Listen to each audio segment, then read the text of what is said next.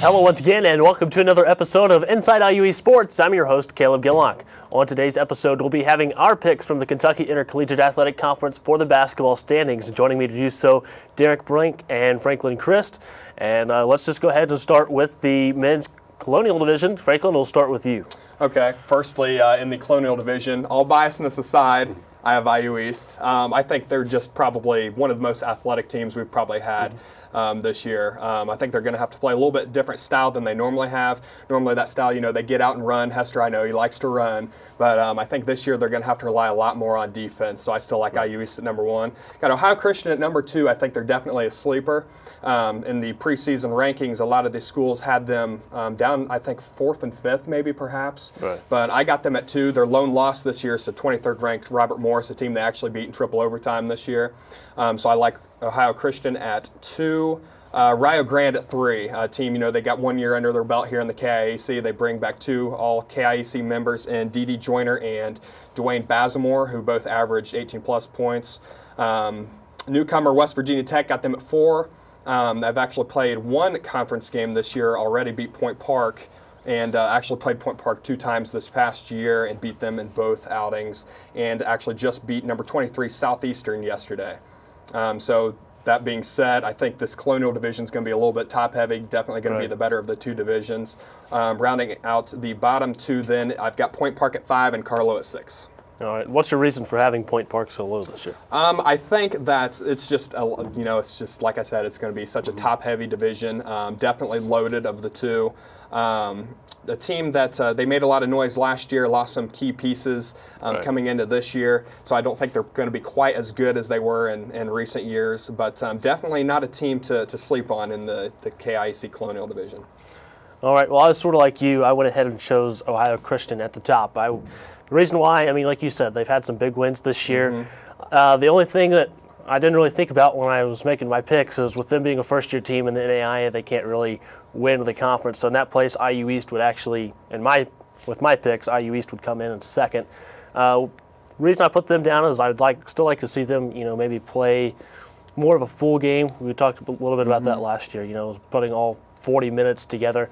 Sure. And here lately, it seems like we're starting to make progress toward that.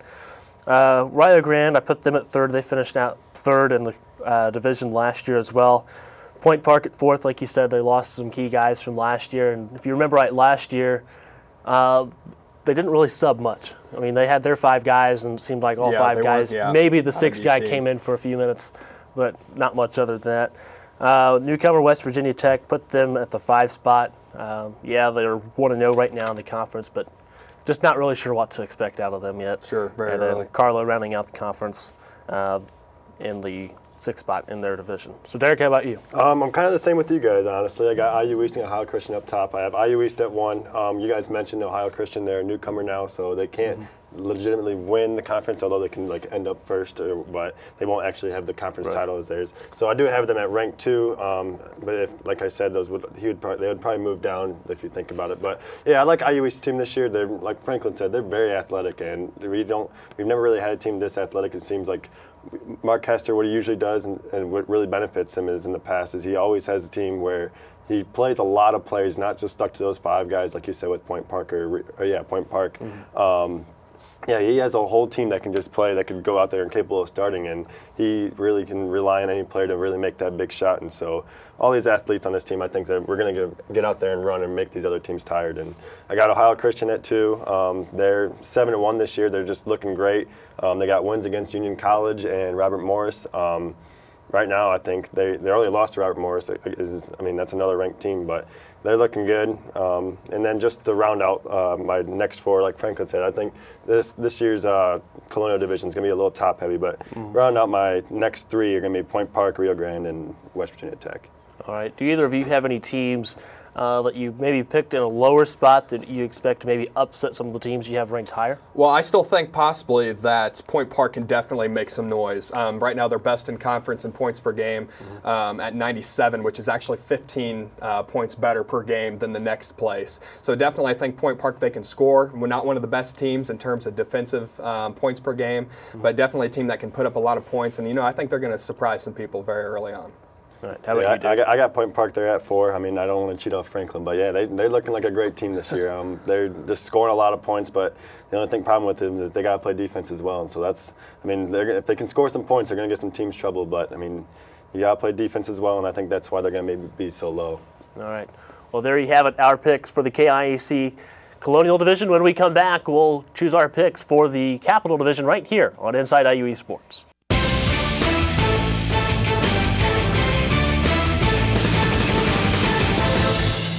This is where a busy mom can work toward a bachelor's degree from a top national university during softball practice. It's where a service member can continue his college studies from anywhere in the world, and where you'll benefit from one of the country's most effectively delivered online programs. Woohoo! So, if you've ever wondered if a college education is really worth it, this is where you'll see that it is. This is Indiana University East Online.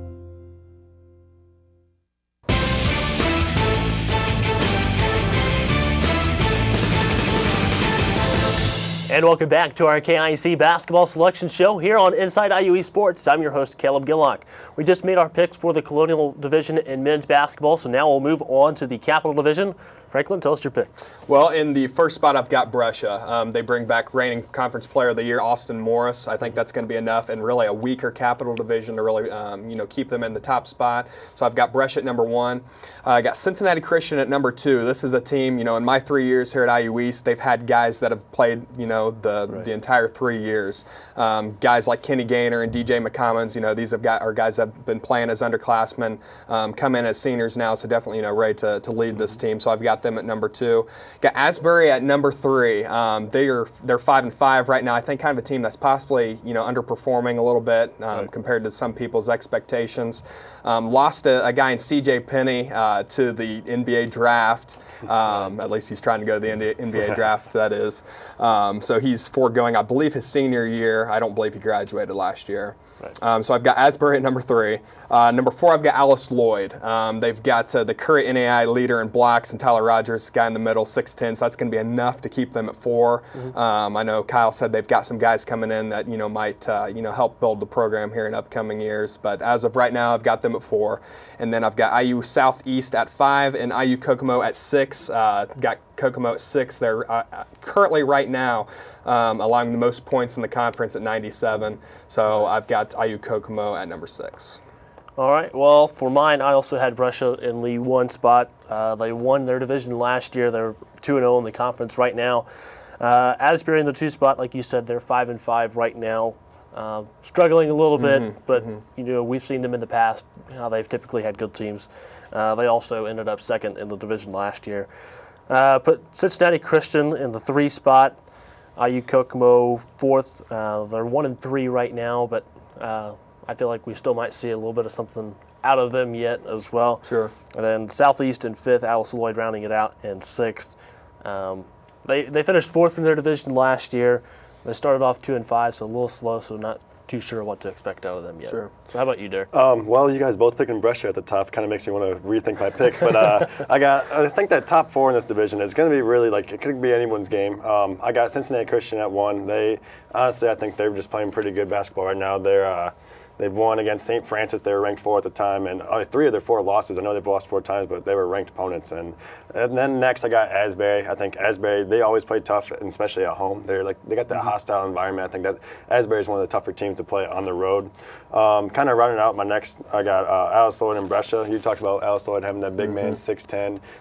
IU East, we don't necessarily have the most height on the team, but I think a guy like from Alice Lloyd, 6'10", he's going to give a lot of teams trouble. Yes. And then I got Brescia at 4. But like I said, I think any one of those top 4 teams could really be anyone's ball game to get into that top spot in the Capital Division. And then rounding out my last 2 are Kokomo and IU Southeast. All right. Well, I know both of you have Alice Lloyd a little bit higher than I do. What do you think is going to set them apart with some of the teams that you have ranked lower?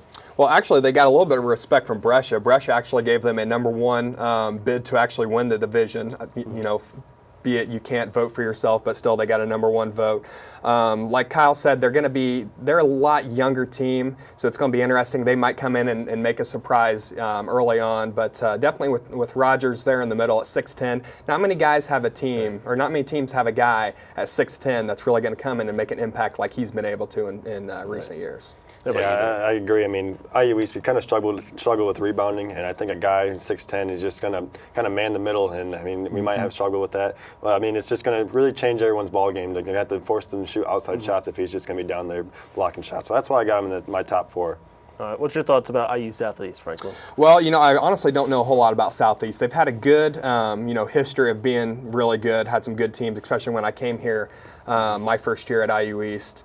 Team that's always kind of recruited pretty well, kind of a hotbed down there in southern Indiana, able to get some really good players down there, especially recruiting out of the northern part of Kentucky as well. So, that's not really going to be a surprise to me if Southeast jumps up a couple spots, ends up, third, maybe even second in that division.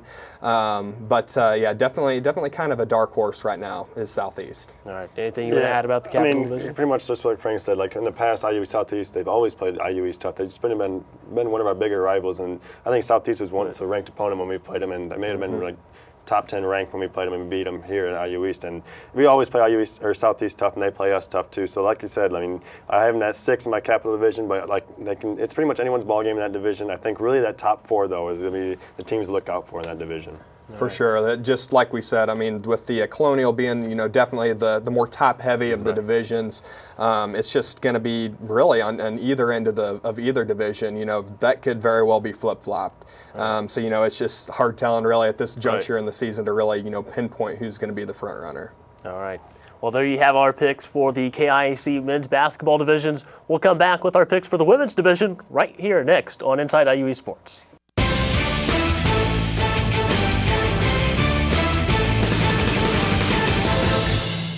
Dylan Newman had a terrible dislocated shoulder after a bad dirt bike accident. The long-term solution, surgery and intense rehab. I trusted Reed Orthopedics because they had already fixed my ankle. And within 4 months of my surgery, Dr. Miller and my Reed therapist, April, helped me to regain my motion and most of my strength. Thanks to Reed Ortho, I can get back to what I love. It's all about trust. Right, Dr. Miller?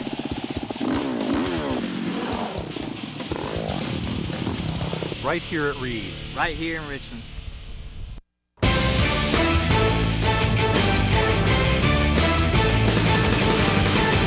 And welcome back to Inside IU Esports. We just finished making our picks for the KIC men's basketball divisions. Now we'll move on to the women's division. Start with the Colonial division. Franklin, tell us your picks. All right. First in the #1 spot in the Colonial division, I've got Rio Grande. Team last year, they definitely made a very big impact in the conference in their first year. They lost Conference Player of the Year, Brianna Thomas. That's going to be very difficult for them to return, but I think they're going to be able to do that. Very deep team. They got one of the best 6 men in the conference, and they're also returning their top rebounder as well. So I've got Rio Grande at #1. Point Park, I've got them at #2. They have 2 girls coming back this year that are actually Conference Players of the Year, in Janiyah McFadder and Kelly Johnson, both of which actually earned individual rewards and Comeback Player of the Year for McFadder, and Johnson earned Newcomer of the Year after sitting out her freshman year. Got IU East at #3. I think this is a team that's going to be definitely on the radar of many teams within, many teams in the NAIA. Coming in last year, first year, really difficult to really know what to expect. So IU East coming in, I've got them at #3. Definitely not a team that I'm not going to count out, possibly moving up a spot or 2 in the first place. But right now I've got them at #3. Got Ohio Christian at 4, West Virginia Tech at 5, and Carlo at 6. All right. Well, in my picks, I had Point Park at first. They were second overall in the division last year, off to a 2-1 start in the conference. Then IU East second. You and I have talked a little bit about it a couple times off the air. It was a team that surprised everybody last year, but at the same time, you've got all returning players with a few additions this year. But you've got to wonder, with the success that they had last year and playing some of these ranked opponents early on in the season, is that going to get to them a little bit to their head here early in the season? Wondering if they have their expectations a little too high. But also, like you said, it won't surprise me if they do move up a spot or 2 in the standings. Sure. Ohio Christian, they their spot won't really count with them being a first-year NAIA team. I've got them in the 3 spot, though. Unlike you, I've actually got Rio Grande on the 4 spot. When I talked to their SID, Randy Payton, here a while back about what their women's team was going to look like this year, he was talking about how they've got a few injuries this year with key players, and he was kind of worried about how that might affect their women's team this year. West Virginia Tech in the 5 spot, they're 0-1 right now in the conference, 3-4 overall. And Carlo rounds out my Colonial Division picks, 0-2 in the conference, 3-4 to start off the season overall. Derek, how about you? It's looking like kind of similar on the top. I got IU East and Point Park at 1 and 2. I can't believe you guys want to put IU East at 1. I mean, what school do you guys Shame go to? on us. Yeah, but no, I like IU East. I mean, yeah, definitely. Last year we had our first year as a collegiate sport team. I mean, we did first time playing women's basketball, and I thought we started off definitely a little shaky. That's what you kind of expect with the team full of freshmen. And right now we're kind of off to a slow start too. But I think what we usually do best, especially from last year, is that late in the year that's when we're going to hit our stride and get better. We play so fast compared to other teams, and I really like our chances to win this the division right here, and even the conference at the end. And yeah, I got Point Park at 2. Right now they're 7-2. They only have a 1 loss. One of their losses is to the 22 ranked Asbury, and I think Asbury, not to jump ahead, but I think they're going to be one of the tougher teams, the team to look out for this year in the division. And I mean, I got 4 teams really that are just to look out for, is Asbury and Southeast, and then the other division. But those 4 teams I really think are the teams to look out for in this conference. So after that, I mean, trying to run it out, my next picks would be Carlo, Ohio Christian, Rio Grande, and West Virginia Tech. All right. Franklin, do you think that there's any teams that may surprise us here in this division, or even sort of like we saw in volleyball this year, just who knows where each team's going to play? Sure. Well, not to harp on IU East, but I definitely think that 3 is probably their floor. I don't really see them going any lower than 3. I definitely see them possibly even winning this division. You mentioned the injuries at Rio Grande. IU East, they lack really that true post they did last year. They're going to also lack it again this year. So, that's kind of one of those things. It's kind of a gray area there. You're not really sure what's going to happen. In the half court against some taller teams, they're going to struggle for sure. That's not going to be any secret. But I do think that they're going to be able to beat some teams down the floor. They play the up-tempo style. We talked about IU East men. They play the same way. But I really think that's the one way that we're going to really IU East is really going to thrive in terms of beating teams. We saw them play Wilberforce. They got a couple girls at 6'2" and 6'3". That was the way that they were able to beat them. Just beating them down the floor. And that's really going to be the thing to watch moving forward, is the lack of height inside for IU East. Derek? Yeah, and speaking about the lack of height, I mean, yeah, it's really going to come into play sometimes. We got Bailey Dryman, who's usually playing the post, and by no means she's not a really tall player, but she can really hold her own down there. And I think it's going to have some troubles for us, but I think it also can play to our benefit, because it seems like almost any player, as soon as we grab that rebound, any player grabs that rebound can just run down the floor, run the point guard for us. And so those taller players might be a little slower compared to our younger or shorter players. So if we're running down the floor, they're going to be right behind, and we're going to have a man advantage and going into the fast break. So it really plays to our style just to have some fast players out there, even if they're not the very tallest. Sure. All right. Well, that's our picks for the KIC Women's Basketball Colonial Division. When we come back, we'll make our picks for the Capital Division right here on Inside IUE Sports.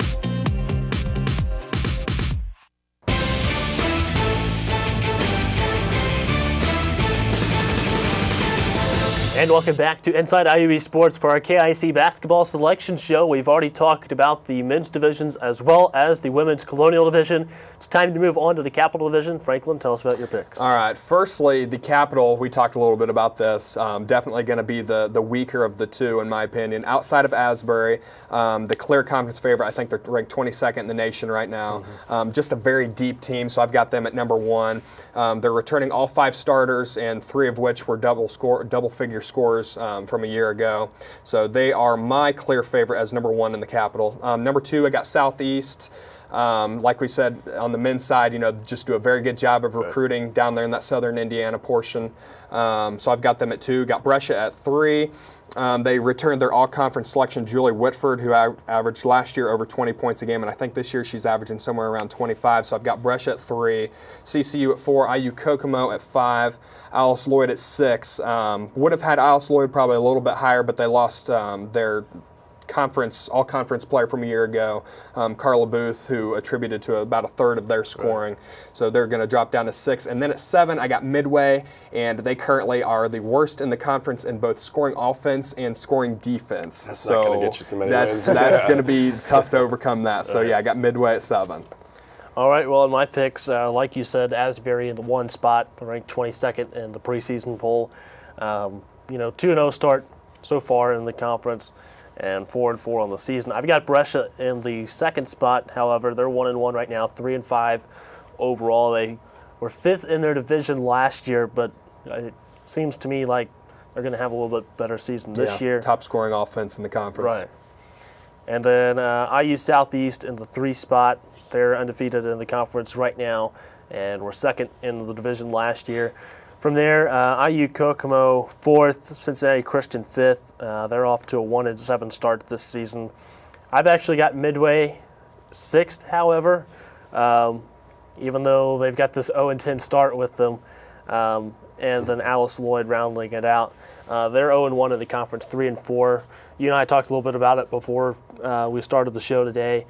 Neither team typically does well in the conference, so it's kind of going to come down to who beats who in that matchup or who has the better season record. Derek? Yeah, you can't, like you were saying there, you got them ahead of Alice Lloyd. They're 0-10, but don't sleep on them, I guess. But right now, we're all agreeing that Asbury, we got them at the top of our Capital Division. They're ranked right now 22nd. They have, I think, 4 losses, but 2 of those losses are to ranked opponents. So, you can't really blame them for them 4 losses. They're a tough team. I think that's the team IU East really has to look out for if they want to win this conference. Number 2, I got IU Southeast. I think we agree on that. You don't agree with that. You have Brescia, I think, at 2. And I like IU Southeast. They're a good rebounding team. They're ranked 3 in defensive rebounds and 8 in total rebounds in the nation. So I like a team that can rebound and really eliminates second chances for the other team to get more points. And just kind of overall, it's good to have good rebounding in there. And then kind of rounding off, I like those, each division. I think the top 2 in each division are really the ones to look out for. Kind of after that, it's a little top heavy, it seems to me. But after that, I got Alice Lloyd. You guys have them a little lower than I do. You mentioned Carla Booth. She left, and it's going to be tough to see Alice Lloyd kind of have some people pick up the scoring. But I think I think they'll manage to do that. And then kind of rounding out the next 4, I got Brescia, Cincinnati Christian, Kokomo, and Midway is my last one. All right. Even though the Asbury and IU East are in separate divisions, you got to think that there's going to be some tension there between those 2 teams when they play each other this year, because think back to that championship game of the conference tournament last year, a 3-point loss for a first-year team in the championship round, missing a trip to the national tournament by 3 points. Would you agree with that, Franklin? Oh, sure. Yeah, you don't forget things like that easily. Games like that, they tend to linger, and I'm sure that's going to leave a bad taste in many of the mouths of, the IU East following and players as well, obviously. So, yeah, definitely some noteworthy games here coming up, especially between Asbury and IU East. So those should be very fun to watch. Other than the IU East and Asbury matchup, what do you think some of the big matchups are going to be in the women's teams? Well, obviously, anybody that Asbury plays. We've got them as their clear-cut favorite, so it's just they're going to be, all eyes are going to be on them.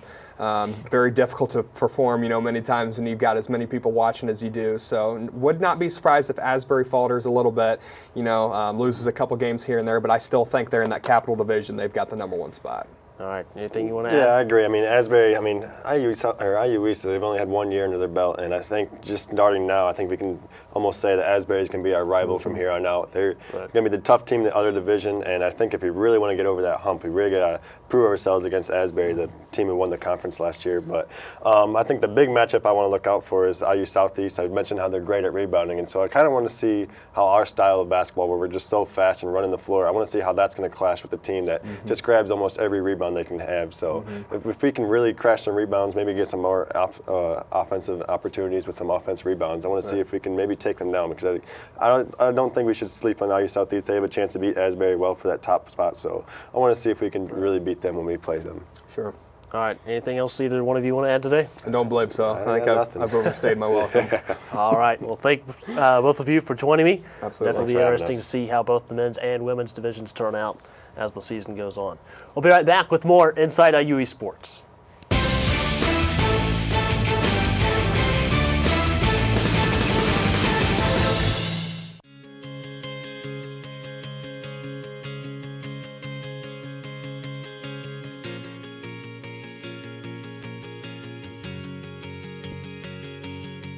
I'm Dr. Ganesh Ramachandran, the region's only hand specialist at Reed Orthopedic Center.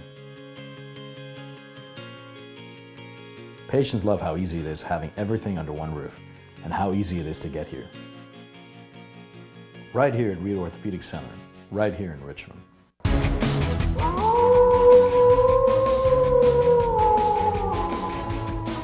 And welcome back to Inside IUE Sports. That sound you just heard means that it is time for Wolf Center.